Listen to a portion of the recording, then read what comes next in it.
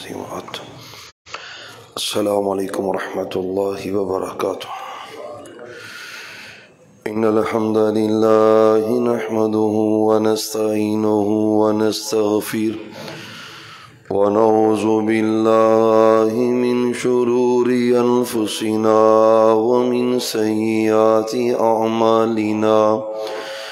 من يهده الله فلا مضل له ومن يضلله فلا هادي له. ونشهد أن لا إله إلا الله وحده لا شريك له. ونشهد أن محمدا عبده ورسوله.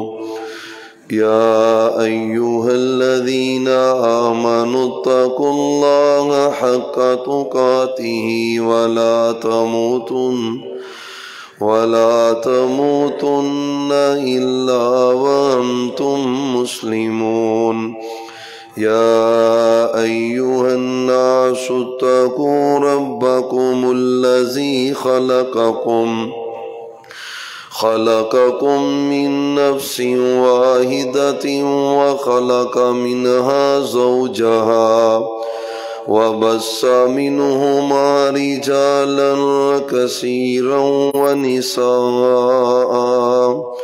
واتقوا الله الذي تساءلون به والأرحام إن الله كان عليكم رقيبا. يا أيها الذين آمنوا اتقوا الله وقولوا قولا سديدا يصلح لكم أعمالكم ويغفر لكم ذنوبكم. ومن يطع الله ورسوله فقد فاز فوزا عظيما. أما بعد فإن خير الحديث كتاب الله وخير الهدي هدي محمد صلى الله عليه وسلم. وشر الأمور محدثاتها وكل محدثة بدعة وكل بدعة ضلالة وكل ضلالة في النار. أعوذ بالله السميع العليم من الشيطان الرجيم. بسم الله الرحمن الرحيم. لولا إذ دخلت جنتك قلت ما شاء الله لا قوة إلا بالله. قال الله تعالى في مقام آخر إنا نحن نزلنا الذكر وإنا له لحافظون. قال النبي صلى الله عليه وسلم أنجهوا حوائج حتى تستكمل قبل أن يبرأ أو كما قال عليه السلام. اللهم صل على محمد وعلى آل محمد وبارك وسلم علیہ. معزز سامعین حضرات، گزشتہ 2 خطبات میں نبی رحمت صلی اللہ علیہ وآلہ وسلم نے نظر بد کے حوالے سے، بری نظر کے حوالے سے، حسد والی نظر کے حوالے سے جو احکامات بیان کیے ہیں، ان میں سے چند باتیں قرآن اور احادیث صحیحہ کی روشنی میں آپ کے سامنے عرض کی ہیں. آج کے خطبہ جمعہ میں 2 انشاءاللہ حصوں پہ بات مشتمل ہوگی. پہلے حصے میں اسی موضوع کا تسلسل ہوگا. آپ صلی اللہ علیہ وآلہ وسلم نے نظر بد سے بچاؤ کے لیے جو احتیاطی تدابیر بیان کی ہیں ان کا تذکرہ ہوگا. کچھ علامات بھی انشاءاللہ آپ کے سامنے ذکر کی جائیں گی۔ اور دوسرے حصے میں جو سویڈن میں ایک نجس اور ناپاک شخص کی طرف سے قرآن کریم کا نسخہ جلانے کا واقعہ پیش آیا ہے، اور اس کے بعد آج کی خبر میں ایک اور ملک کے اندر بھی یہ شرارت ہوئی ہے۔ دوسرے حصے میں اس حوالے سے چند باتیں اور اپنے ایمان کا اور اپنے جذبے کا ہم اللہ کے ہاں اظہار کریں گے۔ آپ صلی اللہ علیہ وسلم نے نظر بد سے، چونکہ اس کی سنگینی بڑی زیادہ ہے، نقصان بڑا زیادہ ہے، احادیث جو آپ کے سامنے بیان کی ہیں کہ اچھا بھلا بندہ قبر کی طرف چلے جاتا ہے نظر بد کی وجہ سے، طاقتور اونٹ وہ ہنڈیا میں پہنچ جاتا ہے نظر بد کی وجہ سے۔ اور آپ صلی اللہ علیہ وسلم کا جو فرمان ہے، اکثر من یموت من امتی، میری امت کی کثرت قرب قیامت جو قبروں میں جائے گی اور مرے گی، اس کا سبب نظر بد ہوگا۔ جب اس کی سنگینی بڑی زیادہ ہے تو شریعت نے اس کے بچاؤ کا بھی طریقہ بیان کیا ہے، یعنی کہیں ایسا نہ ہو کہ کوئی شخص اسی خوف میں مبتلا ہو جائے کہ یار نظر بد کا میں شکار ہو جاؤں گا، اور اس سبب سے کوئی عمل ہی نہ کر سکے۔ تو شریعت نے احتیاطی تدابیر وہ بیان کی ہیں تاکہ اہل ایمان، اہل اسلام ان پر عمل پیرا ہو اور اپنے آپ کو، اپنے مال کو، اپنی جائیداد کو، اپنے گھر کو اور اپنی اولادوں کو لوگوں کے حسد سے اور نظر بد سے محفوظ رکھ سکے۔ تو ایک پچھلے جمعے میں آخری بات جو کی تھی وہ اللہ پہ توکل اور یقین ہے۔ نظر بد سے بچنے کے لیے کامل یقین اللہ پہ ہونا چاہیے، بندے کا ایمان متزلزل نہیں ہونا چاہیے، پہلے ہی بندہ خوف زدہ نہ ہو کہ یار میرے ساتھ یہ ہو جائے گا، یہ ہو جائے گا، یہ نہیں ہونا چاہیے۔ صحیح بخاری اور مسلم کی حدیث ہے، آپ صلی اللہ علیہ وآلہ وسلم نے فرمایا، انا عند ظنی عبدی بھی، انا عند ظنی عبدی بھی۔ آپ فرماتے ہیں اللہ کہتے ہیں اے ایمان والو، میں اپنے بندے کے گمان اور یقین کے مطابق ہوتا ہوں، جیسا گمان میرا بندہ میرے بارے میں کر لیتا ہے اللہ ویسا ہی معاملہ اس بندے کے ساتھ کر دیتے۔ ایک بندہ یقین رکھتا ہے کہ میرا اللہ میرے ساتھ ہے، وہ میرا نقصان نہیں ہونے دے گا، وہ میری اولاد کی، مال کی، جان کی حفاظت کرے گا، اور میں جس کا یہ یقین ہوتا ہے تو اللہ پھر ایسا ہی کر دیتے کہ میرے بندے کا یقین میرے بارے میں کتنا کامل ہے۔ اب ایک بندہ خوف زدہ ہے، میرا بیٹا گھر سے جائے گا، کہیں اس کا ایکسیڈنٹ نہ ہو جائے، یار میرا کاروبار ہے کہیں اس کا نقصان نہ ہو جائے، میں سفر پہ جا رہا ہوں کہیں ایکسیڈنٹ نہ ہو جائے، یعنی اسی خوف میں مبتلا رہتا ہے، یعنی اسی ڈر سے باہر نکلتا ہی نہیں۔ تو بھئی حدیث ہے انا عند ظنی عبدی بھی، جو بندہ جیسا سوچ لیتا ہے نا اللہ پھر ویسا ہی کر دیتے۔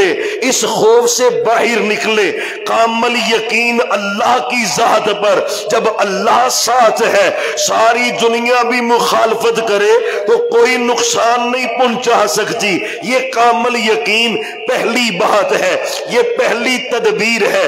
دوسری تدبیر کیا ہے؟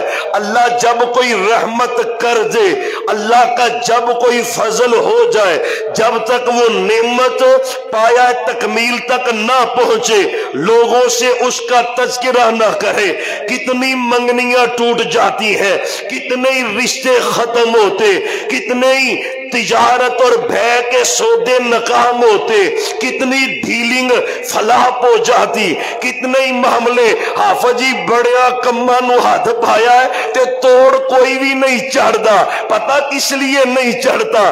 اس حدیث کو سننا، پاک پیغمبر محمد صلی اللہ علیہ وآلہ وسلم آپ نے فرمایا، سچے نبی نے فرمایا بِکِتْمَانِ النِّعْمَةِ، صحابہ اپنی نعمتوں کی حفاظت کرو، اللہ کے فضل کی حفاظت کرو۔ اللہ کوئی نعمت کر رہا ہے، آپ کو پلاٹ مل رہا ہے، ڈیلنگ چل رہی، پہلے ہی نہ پوری برادری میں رولا پلاٹ ڈال دے، اور فلانا پلاٹ جی میں خریدن لگا جی، وہ فلاں کوٹھی میں خرید رہا ہوں، ڈیل چل رہی ہے۔ نہیں بھائی، خلاف سنت ہے۔ حسد اور نظر بد کا بندہ شکار ہو جاتا ہے، ابھی ابتدا ہوتی ہے اور ہمارے چرچے عام ہو جاتے، فیس بک کی زینت بن جاتے، واٹس ایپ پہ سٹیٹس چلے جاتا ہے۔ یہ بات سچے نبی نے فرمایا، انجیہو، اور اپنی نعمتوں کی حفاظت کرو، بکتمان، اس کو چھپایا کرو، لوگوں کے سامنے تذکرے نہ کیا کرو۔ کیوں کہا؟ فرمایا کلہ ذی نعمت محسود، جس پہ بھی رب کوئی فضل کرتا ہے، رب دولت دے دے، رب گھر دے دے، اللہ بیٹے دے دے، اللہ اولاد دے دے، حسن و جمال دے دے، رب فضل کر دے، عزت دے دے، اب ہر بندے سے وہ جھرتا نہیں ہے، برداشت نہیں ہوتا، وہ حسد میں آتے، پھر نظر بد ہوتی ہے۔ ہاں جب نعمت کمپلیٹ ہو جائے، مکمل ہو جائے، فَأَمَّا بِنِعْمَةِ رَبِّكَ فَحَدِّثْ، پھر لوگوں کو بتائیں۔ جب کمپلیٹ ہو جائے، نکاح ہو چکے، بات پختہ ہو جائے، معاملہ کمپلیٹ ہو جائے، پھر لوگوں کے سامنے آگاہ کر بھی دے تو حرج نہیں ہے۔ وَأَمَّا بِنِعْمَةِ رَبِّكَ فَحَدِّثْ، اور میں چھپاؤ۔ آج تو ہر چیز ہی فیس بک کی زینت ہے نا، آج ہی پی سی بوربن ہے، آج پرل کانٹینل لاہور ہے، ود فیملی ڈنر ہے، اسی موقع پہ بچہ روئی جاتا ہے، کوئی بخار کر دیتا ہے، کیا کر رہا ہے، بیمار پڑ گیا، یہ کیا ہوا؟ نظر لگ گئی۔ پاک پیغمبر صلی اللہ علیہ وسلم کہتے ہیں اپنی نعمتوں کو چھپاؤ۔ بیٹوں کی تصویر اپلوڈ ہو رہی ہے، اپنی تصویریں اپلوڈ ہو رہی ہیں، ہاں اذکار وغیرہ سب کرے، کچھ ہو تو پھر اللہ کی پناہ میں آتا ہے۔ ویسے مطلقاً لڑکوں کی تو پہلے تھی، اب تو کیا کہنے اور کیا تذکرے کرنے۔ خدا را چھپاؤ اپنی نعمتوں کو حسد سے، بغض سے، نظر بد سے۔ یہ کون کہہ رہا ہے؟ محمد صلی اللہ علیہ وآلہ وسلم۔ ایک تدبیر یہ ہے، شور نہیں کرنا چاہیے، واویلا نہیں کرنا چاہیے، چھپائیں۔ مجھے بڑی بات یاد ہے، ایک تو پچھلا سفر ہوا عمرے کا، اور اس سے پہلا جو سفر تھا حرم میں تھے، تو اذان کا وقت ہوا تو عموماً ہوتا ہے وہ لائیو اذان چلی، اور پھر میرا مطلب ہے خود میں اپنے موبائل سے کر رہا تھا۔ اچھا تھوڑا وقت گزرا تو وہاں پہ میں گرا، موچ آ گئی۔ اچھا ہمارے دوست فاضل ہی ہیں وہاں پہ، عالم دین ہے، ان سے ملاقات ہوئی، پٹی میرے پاؤں پہ بندھی ہوئی، مجھے کہتے ہیں یہ کیا ہوا ہے؟ میں نے کہا صاحب گر گیا ہوں، موچ آ گئی۔ کہتا وہ لائیو آپ نے چلایا تھا ابھی؟ میں کہ ہاں۔ کہتا آفا جی نظر لگ گئی ہے۔ قسم اللہ کی ہماری سوچ تک نہیں ہوتی، سوچ نہیں ہوتی۔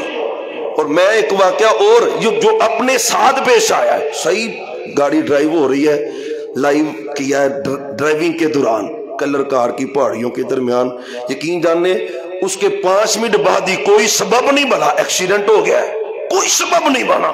یعنی اس کے بعد میں نے احتیاط کیا ہوا اس بات سے، وہ بات ایک دو علماء سے بھی ہوئی، استاذہ سے بھی ہوئی، وہ کہتے ہیں کہ نظر بد ہے، ہزاروں سینکڑوں لوگ دیکھ رہے ہوتے، کوئی کس نظر سے دیکھتا پتہ نہیں چلتا، اور نظر کام کر جاتی ہے۔ جتنا ہو سکتا ہے بچے، کتمان نعمت کریں۔ ہم کیا ہوتا ہے رشتہ دار کٹھے جو خوبیاں بیان کرنی شروع کرتے، یہ میرا بیٹا یہ ہو، بھائی چھپاؤ۔ جب سورج چڑھتا ہے، جگ دیکھتا ہے، پہلے تو نہ بتاؤ اسے، پہلے تو نہ نشر کو، اس کو خدا را اس کو بچائیں، محفوظ کریں گے۔ تدبیر ہے جو بیان کی ہے محمد الرسول اللہ صلی اللہ علیہ وآلہ وسلم نے، اس کو بھی اختیار کرے، عموماً کوشش کرے اپنی نعمتوں کو چھپائے محفوظ رکھے، اپنے راز اپنے تک رکھے، اور جو اپنے راز رکھنے کا عادی ہوتا ہے نا کبھی کھجل خراب نہیں ہوتا، حاسدین کے حسد کا بھی شکار نہیں ہوتا۔ سنے ذرا تیسرا عمل کیا ہے جو احتیاطی تدابیر ہے، صبح و شام کے اذکار زندگی کا جز بنا لے۔ صبح نماز فجر سے لے کر سورج طلوع ہونے تک اذکار کرے، صبح کے، شام کے، عصر سے لے کر غروب آفتاب سے پہلے پہلے شام کی اذکار کرے۔ وہ کیا ہے؟ صبح و شام کی اذکار 24 آور، 24 گھنٹے اپنے آپ کو، اپنے مال کو، اولاد کو، جائیداد کو اللہ کے سپرد کرنا ہے، اللہ کے سپرد۔ اللہم احفظ، بندہ جب پڑھتا نا اللہم انی اسألک العفو والعافیت فی الدنیا والآخرہ، اللہم انی اسألک العفو والعافیت فی دینی و دنیای و اہلی و مالی۔ اللہ میرا گھر، میرے رشتہ دار، میری بیوی، بچے، والدین، ہر چیز کی اے میرے شہنشاہ تو حفاظت فرما۔ بسم اللہ الذی لا یضر مع اسمہ شیء فی الارض ولا فی السماء۔ جب بندہ یہ دعائیں پڑھتا ہے صبح بھی شام بھی، اللہ کہتا ہے میرے بندے تم مطمئن ہو جا، اب تیری حفاظت میرے ذمہ ہے۔ کتنے بندے ہیں جنہوں نے آج صبح کے اذکار کیے ہیں؟ بھئی سیفٹی نہیں کریں گے تو بچیں گے کیسے؟ سردی آئی ہے، جیکٹ پہن رہا ہے، نیچے سے میرا مطلب ہے بہن موٹی پہن رہا ہے، یہ اسباب ہے نا، تدبیر ہے نا، اس کو اختیار کر رہا ہے۔ بھئی یہ تدبیر کون اختیار کرے گا؟ کتنے بیٹے بیٹیاں جن کو صبح کی اذکار آتے پڑھتے، ویسے پوری سیفٹی کر رہے ہو، اور جو شیاطین سے، جنوں سے، کالی بد نظروں سے تیرے بچوں کو بچانے والے اذکار ہیں، وہ ساری زندگی سکھائے ہی نہیں، پتہ ہی نہیں۔ انشاءاللہ پڑھیں گے، سارے پڑھیں گے نا؟ 5 نہ کہ 10 منٹ تقریباً لگتے ہیں ان اذکار کو پڑھتے ہوئے۔ اور اب تو بڑی سہولت ہے، ہر مسجد میں تقریباً وہ پوسٹر اویزا ہوتا ہے جہاں پہ صبح و شام کے اذکار لکھے ہوتے ہیں، بندہ محفوظ ہو جاتا ہے، اللہ کی پناہ میں آ جاتا ہے۔ اس سے بھی جدید سہولت ہے یار، آپ کے موبائل ہے، نیٹ چل رہا ہے، گوگل چل رہی، اس میں لکھیں صبح و شام کے اذکار، فوری طور پہ پوسٹر آپ کی موبائل کی زینت بن جاتا ہے یار۔ اس کو صبح کھولنے، سورج نکلنے سے پہلے تک پڑھے، شام کو غروب ہونے سے پہلے تک پڑھے، اور 24 گھنٹے کی حفاظت کی ذمہ داری تیری اپنی، تیرے جان مال کی، گھر کی، فیملی کی گارنٹی دی ہے محمد صلی اللہ علیہ وآلہ وسلم۔ یہ ہے تدابیر، اختیار کریں گے نا اس کو۔ کامل یقین کس پہ کرنا ہے؟ اللہ ساتھ ہو، سارا جگ مخالف ہو تو کچھ کر سکتا، صحیح بہلے کچھ کر سکتا، میں نے سارا شہر بھی مل جائے زیرو ہے، اگر وہ اللہ ساتھ ہے بس اس پہ کامل یقین چاہیے۔ اپنی نعمت کو حد الوسع کوشش کرے، کتمان چھپانے کی حد الوسع کوشش کرے۔ اور تیسرے نمبر پر صبح و شام کے اذکار اس کو اپنی زندگی کی جو ہے وہ اس کو حصہ بنا لے، لازم کر لے۔ اب ہے علامات اس کی، علامتیں کیا ہے؟ بعض علامات تو وہ ہیں جو احادیث میں، اور محدثین نے بھی کچھ ذکر کی ہیں احادیث سے جائزہ لے کر۔ ایک علامت نظر بد کی یہ ہوتی ہے، چہرہ بیوٹیفل ہے، صحیح ہے، چہرے پہ سیاہ دبے پڑ جاتے ہیں، چہرے پہ، جسم پہ بھی، چہرے پہ۔ یہ سیاہ دبے کیا ہے؟ یہ نظر بد کی علامت ہے۔ اچھا، بعض اوقات سیاہ دبے ہوتے ہیں، بعض اوقات ویسے آپ کہہ لیں کہ چہرے پہ دانے نکلتے اور زرد رنگ کے ہوتے، پورا وجود اور بالخصوص چہرہ اس سے متاثر ہوتا ہے، یہ نظر بد کی علامت ہے۔ دلیل اس کی محمد الرسول اللہ۔ پڑھے ذرا، پھر پڑھے محمد صلی اللہ علیہ وآلہ وسلم آپ ایک دن تشریف لائے، آپ نے ایک بیٹی کو دیکھا، چھوٹی ننھی بیٹی تھی، صحابیہ کہتی ہیں اس کے چہرے پہ نا فرحا فی وجہہا صفرا، زرد رنگ کے نشان اس کے چہرے پہ پڑے تھے۔ آپ جب گھر انٹر ہوئے اس کے چہرے پہ نظر پڑی، چھوٹی بیٹی ہے، فرمایا فإن بہا نظرا، اس بیٹی کو نظر لگی ہے، تم نے دم کیا اس کو؟ صحابی کہتے ہیں ابھی تک تو دم نہیں کیا۔ فرمایا اس کو نظر لگی ہے، دم کرو۔ اس حدیث میں جو آپ نے علامت بیان کی ہے، چہرے پر بدن پر داغ پڑ جانا، یہ علامت ہوتی ہے، یہ علامت ہے۔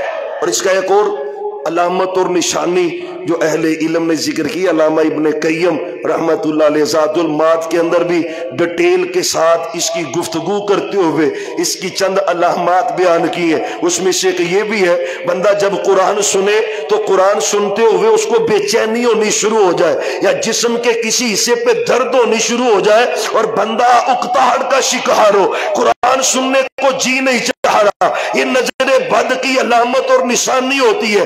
بے قراری یہ بھی علامت ہے نظر بد کی، کچھ کام کرنے کو جی نہیں کرتا، بیٹھتا ہے تو بیٹھنے کو جی نہیں چاہتا، کھڑا ہوتا ہے تو کھڑے ہونے کو جی نہیں چاہتا، یعنی بے قرار رہتا ہے، کبھی دائیں کبھی بائیں، پریشان ہی رہتا ہے۔ یہ جو بے قراری ہے نا، یہ علامہ ابن قیم رحمت اللہ علیہ نظر کی علامات لکھتے ہوئے کہتے ہیں یہ جو دل کی بے قراری ہے یہ بھی علامت ہوتی ہے کہ بندہ نظر بد کا شکار ہو چکا ہے۔ اور کہتے ہیں بطن پیٹ کا اکثر خراب رہنا، خرابی کی وجہ سے گیس کا اخراج ہونا اور یہ کثرت سے عمل رہنا، یہ عمل بھی نظر بد کی علامت اور نشانی ہوتی ہے، اس کی علامات میں سے ہے۔ اور ایک سبب یہ بھی ہے جمائیاں، کثرت سے، کوئی سبب نہیں ہے، نیند بھی پوری ہے، ابھی بندہ نیند سے اٹھا ہے تو جمائیاں ایسے لے رہا ہوتا ہے جو انہوں پتہ نہیں کدوں دی نیند آئی ہے، تھکاوٹ سے چکنا چور ہے۔ یہ جو جمائیاں ہوتی ہیں نا، طبیعت کا فریش نہ ہونا، یہ بھی علامت ہے نظر بد کی کہ یہ بندہ نظر بد کا شکار ہے اور اس کی وجہ سے اس کی یہ کیفیت ہے۔ عموماً لوگوں سے ایسی کیفیت پیش آتی ہے، تو یہ چند علامات ہیں جو احادیث میں ذکر کی گئی ہیں۔ تو دو باتیں، بلکہ مجموعی طور پر تین باتیں ہم نے کی ہیں۔ پہلے یعنی شروع جمعے سے لے کر جو نظر بد کے حوالے سے، ایک ہے نظر بد کی سنگینی، اس کے خطرات کیا ہے، احادیث اس کے سامنے آپ کے سامنے بیان کی ہے۔ دوسرے نمبر پر بچاؤ کا طریقہ کیا ہے، اس میں مختصر اور تین باتیں۔ پہلے اللہ پہ کامل یقین ہے، دوسرے نمبر پر اپنی نعمتوں کو حد الوسع چھپانے کی کوشش کرے، اپنے راز لوگوں کے سامنے فاش نہ کرے، اور تیسرے نمبر پر صبح و شام کے اذکار اس کو زندگی کا حصہ بنائے۔ اب تیسرے نمبر پر اس کی علامات ہے، وہ چند آپ کے سامنے بیان کی ہے۔ چوتھی اور آخری بات ہے، اگر بندے کو نظر لگ گئی ہے، علامتیں ظاہر ہو چکی ہیں اور بندہ سمجھ رہا ہے یار علاج بھی سارے کروا لی ہیں، رپورٹیں بھی ساری کلیئر ہیں، یہ نظر والا ہی معاملہ لگتا ہے، روحانی علاج ہونا چاہیے، تو اس علاج کا طریقہ کیا ہے، یہ انشاءاللہ آئندہ خطبہ جمعہ میں پورا خطبہ جمعہ نظر بد کے علاج کے حوالے سے جو مسنون طریقے ہیں وہ بھی آپ کے سامنے میں رکھیں گے، اور جو شیطانی اور غلط طریقے معاشرے میں رائج ہے انشاءاللہ اس کا بھی تذکرہ کریں گے۔ اب اگلا حصہ، اب ایک پچھلے دنوں قانون پاس ہوا ہمارے ملک میں، دل خوش ہوا اس قانون کے پاس ہونے پہ، قومی اسمبلی سے وہ قانون پاس ہوا ہے۔ اس میں کیا ہے، جو بھی صحابہ کی توہین کرے، اہل بیت کی توہین کرے، اس کی کڑی سے کڑی سزا کا تذکرہ کیا گیا ہے۔ حالانکہ چلو جتنی سزا کا ذکر ہے کچھ بہتر ہوا ہے پہلے سے۔ پہلے کیا تھا، کوئی صحابہ کی توہین کر دے تو 3 سال قید ہے، کتنے سال؟ اچھا، عام کسی پاکستانی کی انسلٹ کر دے تو 5 سال قید ہے، کتنے سال؟ تو صحابہ کی توہین کرے کتنے سال ہے؟ کوئی عقل کام کرتی ان کی؟ ان چیزوں کو لے کر جب ہائی لائٹ کیا گیا اور پھر الحمدللہ تمام مکاتب فکر کا اس میں کردار ہے، اور قومی اسمبلی کے تمام ممبران کو بھی خراج عقیدت ہے۔ قانون پاس ہوا، آسان سی بات ہے، کوئی حرج والی نہیں ہے۔ صحابہ بھی پاک باد ہستیاں ہیں، اہل بیت بھی پاک باد ہستیاں ہیں۔ ہم جتنی اوپن بات کرتے ہیں نا، جو حضرت علی کا گستاخ ہے اس کو لٹکائے چونک کے اندر، جو حضرت حسن و حسین حضرت فاطمہ کی گستاخی کرے اس کو بھی لٹکائے چونک میں، لیکن یہ برداشت نہیں ہو سکتا کوئی ابو بکر کی توہین کرے، عمر کی توہین کرے، عثمان کی توہین کرے، حضرت معاویہ کی توہین کرے، ابو سفیان کی توہین کرے، امہات المومنین ماں عائشہ ہے، صفیہ ہے، حفصہ ہے، ان کی توہین کرے۔ اللہ کی قسم ہے ہم تو کہتے جو اہل بیت کا گستاخ ہے اس کو بھی کڑی سے کڑی سزا دے، اور جو صحابہ کا گستاخ ہے اس کو بھی ہونی چاہیے کہ نہیں؟ سارے نہیں بول رہے آپ، کوئی شک ہے آپ کو؟ ہونی چاہیے کہ نہیں ہونی چاہیے؟ اپنا ہم یہاں پہ حق ادا کرے، اگلا بندوبست میرے اللہ نے کیا ہوا ہے۔ ہاں، اگلا بندوبست میرے رب نے کیا ہوا ہے۔ صحابہ کی عزت کا دفاع اللہ کی سنت ہے۔ کس کی سنت ہے؟ سارے نہیں بول رہے یار، کس کی سنت ہے؟ میرے اللہ کی سنت ہے۔ ہاں، حضرت صدیق کی جب گواہی دینے کی باری آئی تھی تو گواہی کس نے دی تھی یار؟ ماں عائشہ صدیقہ، طاہرہ مطہرہ مزکیہ محدثہ فقیہہ حافظہ عالمہ متقیہ، کس نے گواہی دی تھی ماں جی کی؟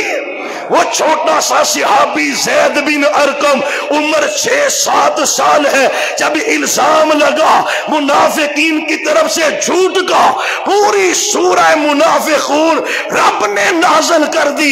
اس چھوٹے صحابی کی عزت کے دفاع کے لیے ہم کیوں دفاع نہ کریں؟ ابو بکر کا، عمر کا، عثمان کا، علی کا، جب تک زندہ رہیں گے انشاءاللہ صحابہ اور اہل بیت کی عزت کا دفاع کرتے رہیں گے، کریں گے، ہمارا حق ہے۔ اور میرے پیغمبر کی بھی سنت ہے، میرے پیغمبر کی بھی، سارے نہیں بول رہے، میرے پیغمبر کی آپ کی سنت ہے۔ کیوں کہا تھا آپ نے؟ کیوں کہا تھا؟ جب تم دیکھو اذا رأیتم الذین یسبون اصحابی فقولوا لعنت اللہ علی شرکم، جب تم کسی کی تقریر سنو نا، لیکچر، اس کے لیکچر سے بدبو آئے صحابہ پہ تان کرنے کی، تو میرے پیغمبر کہتے ہیں تم کہا کرو تجھ پہ اللہ کی لعنت ہے۔ یہ حدیث ہے میرے پیغمبر کی، صحابہ کی عزت کا دفاع اللہ کی بھی سنت ہے اور سونے نبی کی بھی۔ ہم اللہ کی سنت پہ عمل کریں گے، اپنے سونے نبی کی سنت پر بھی عمل۔ پتہ چیخیں نکل رہی ہیں ملک کے طول و عرض سے، کسی جگہ سے پریس کانفرنس ہو رہی ہے، ہمیں یہ قانون منظور نہیں ہے۔ یاد رکھنا انشاءاللہ الرحمن یہ قانون جو بنا ہے اس سے بھی سخت ہونا چاہیے، اور جو مقدس ہستیاں ہیں ہمارے ایمان کا حصہ ہے، ہم ان کی عزت کا دفاع کریں۔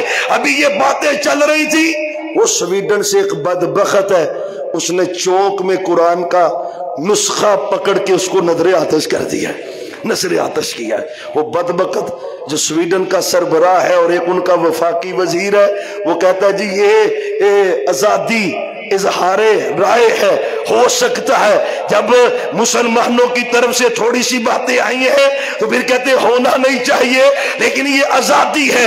اور سنو، آزادی صحافت لو حق ہے، لیکن مقدس ہستیاں یا دینی اسلامی اشعار کسی بھی مذہب کے، پتہ اسلام تعلیم کیا دیتا ہے؟ میرے رب کا اصول ہے، فرمایا صحابہ اور قیامت تک کے مسلمانوں، جو کافر جس کی پوجا کر رہا ہے حالانکہ وہ باطل ہے، کیا ہے وہ؟ کیا ہے؟ لیکن اللہ کہتے ہیں اس کو گالی، یہ اسلام ہے، یہ اسلام ہے. یہ لات منات عزا حبل ود سوا یغوث یعوق نصر ہندوؤں کی مورتیاں اور بتیں، میرا رب کہتا ہے ان کو بھی گالی دینی تان اسلام پہ کرتے ہو. اور مقدس اسلام کی کتاب جسے قرآن کہتے ہیں اسے نظر آتش کرتے ہو. ہاں جذبات میں آج ریلیاں نکل رہی ہیں پورے ملک میں، سیمینار بھی ہوں گے، احتجاج بھی ہوگا، اگلے جمعے تک سب ختم ہوگا.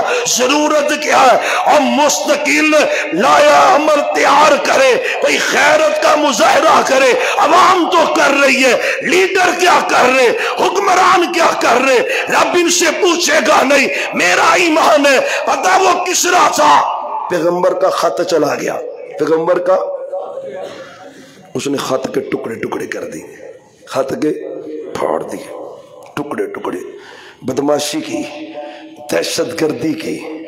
میرے پیغمبر کو پتہ چلا، سبحان اللہ علیہ السلام.